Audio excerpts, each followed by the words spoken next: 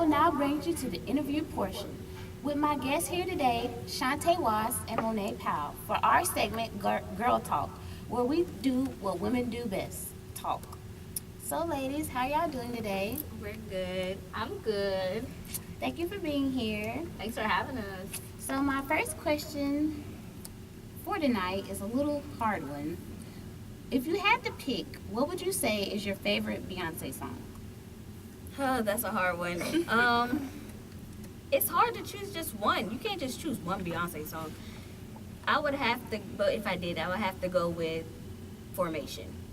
Formation. And it's Black History Month. What do you mean? True. True. Good point. Right. I think I would choose probably Best I Never Had. I like that song. I love that song. And it's catchy. It is. Yeah. I think I would have to pick Me, Myself, and I. Yeah. Definitely too. That it's hard to choose one. She's It like a is. legend, so But if you had to pick, I would definitely pick Me, Myself, and I. that's a good one. And so, as women, we're very critical of ourselves. It's just like in our nature. And one thing that we always do is just kind of nitpick at like how we look and how our hair, do we want to wear braids or natural? So how do you handle your insecurities? Well, handling insecurities is not, I wouldn't say it's not hard, but it's also not easy. It's something that you have to find within yourself. And I think the best thing to do is just find something that you like. And once you seem to like it or seem to see that's for you, then just go with the flow. Mm-hmm. But I wouldn't say pressure yourself or think too hard about it. Right. I definitely think it's not an easy thing, for sure, especially in our society today. The media and television shows, magazines, and all that, they show what the perfect girl is supposed to look like, and she has no curves, really skinny and stuff like that. So it is hard to battle insecurity, especially when the media is telling you this is how you're supposed to look.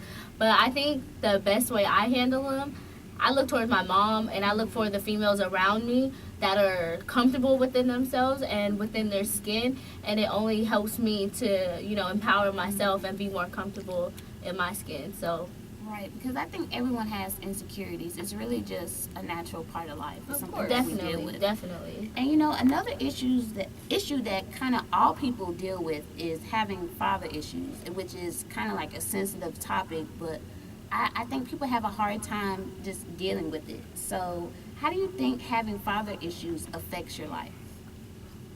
Well, I definitely think you probably won't even know that you have your father issues until you're in a relationship or you're dealing with the opposite sex.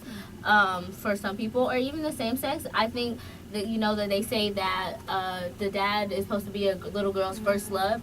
So if you don't experience that, it can affect you later in life when you're in a relationship, because you're not really sure of what to look for, even though your mom tells you this is what you should look for, this is how a guy's supposed to treat you, but it's not the same as having an actual father show you what a man is supposed to do and how he's supposed to treat you. So I definitely think it affects you in the long run.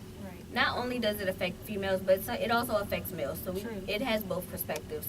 And I have witnessed a male go through things that saying that he doesn't know what to do in this type of situation, or he doesn't know how to do this or be that person because he never had that male role model to look up to.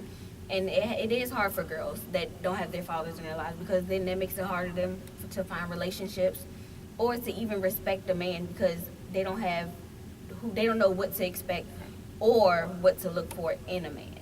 Right, and I also think fathers a lot of times themselves don't have fathers, so they can't really learn how to be fathers to their children. That is true.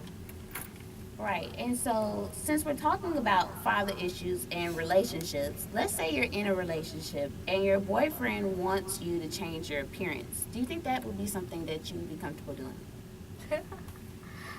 I think it definitely depends on the aspect of it, I think it depends on how it's being said. So if I was in a relationship and my boyfriend told me, I like when you wear your hair down, it makes you look pretty, or it makes me feel this, or it's just that it fits you or whatever. I'm like, oh, okay, well, let me wear my hair down because I always want to impress my man, you know, keep it fresh or whatever. But if it's more, I feel like it could also be a controlling thing, and that's a line you have to see and watch so it's not crossed, you know. Because if they tell you, like, oh, you need to wear this, you need to do this, and, you know, all that, then I definitely wouldn't change my appearance because you got with me for me. So I should want to change when I'm able to change or when I want to change, and you should accept that regardless. Right. I agree with that. And so, my next question for you two ladies is, what's your zodiac sign, and how do you think it fits you? Well, I'm a Leo, and I personally can say I am feisty. Like, I'm not even gonna try to say I'm not feisty. I'm stubborn, but I also have that caring side. So that does have somewhat to do with my personality. But yeah, definitely. Well, I'm an Aries, which is the Aries. best sign, of course. Whatever. How could it not be? I know about that. You know, I definitely think it fits me well. You know, I don't like to read too much into zodiacs, but from the basics of it, you know, being flirtatious and being, but being really caring and friends, stop. But, you know, being really caring and, you know, always there for people, ready to listen. And in that aspect of it, I'm definitely that person. I'm very open-minded, and I love when my friends come to me with their problems so I can give them advice and all of that. So, yeah, I definitely think my zodiac fits me really well. Good, good. And this question kind of leads into my next question for you two. Why do you think you are the way you are? Like, why are you Monet and why are you Shantae? My parents. The way you're raised really says a lot about who you are as a person.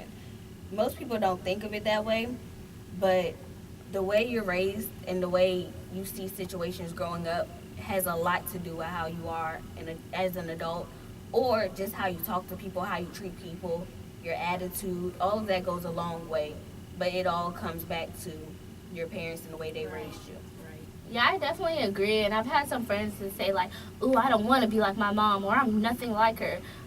Sorry, friend, like, you really are like her, but that's how you were raised. This is how you've seen things. The way she does it, you might do it. I mean, now, you know, as we grow up, we do get our own opinions and have our own minds, so we may tweak it a little or try it differently, but our parents are who we see first and what we see, so I definitely think our parents have a lot to do with who I am. Right. And you know, we're young adults. It's like we're young, but we're also kind of like growing up and like having our own families and eventually having kids in the next couple of years. So at this age that you are today, do you think you would get married? No. I'm being honest. I'm not ready for that life. No. Yeah, I'm not ready to get married right now either. I mean, I'm only 20 years old, gonna be 21 soon, and I want to experience life, travel, and, you know, see the world as much as possible before, you know, I settle down and even think about marriage and kids and all of that. So I definitely don't see myself getting married anytime soon. But it is a goal of mine to get married one day. Like, I do want that in life. But as of right now, no. And you know, I know we can't really plan for the future, but what age do you think that you will be comfortable with getting married?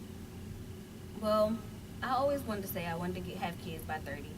So anywhere between, I'm not going to say now and 30, but within the next maybe 7 years, because I'll be 22 this year, so somewhere between the next 6-7 years, but definitely not today. Right. Yeah.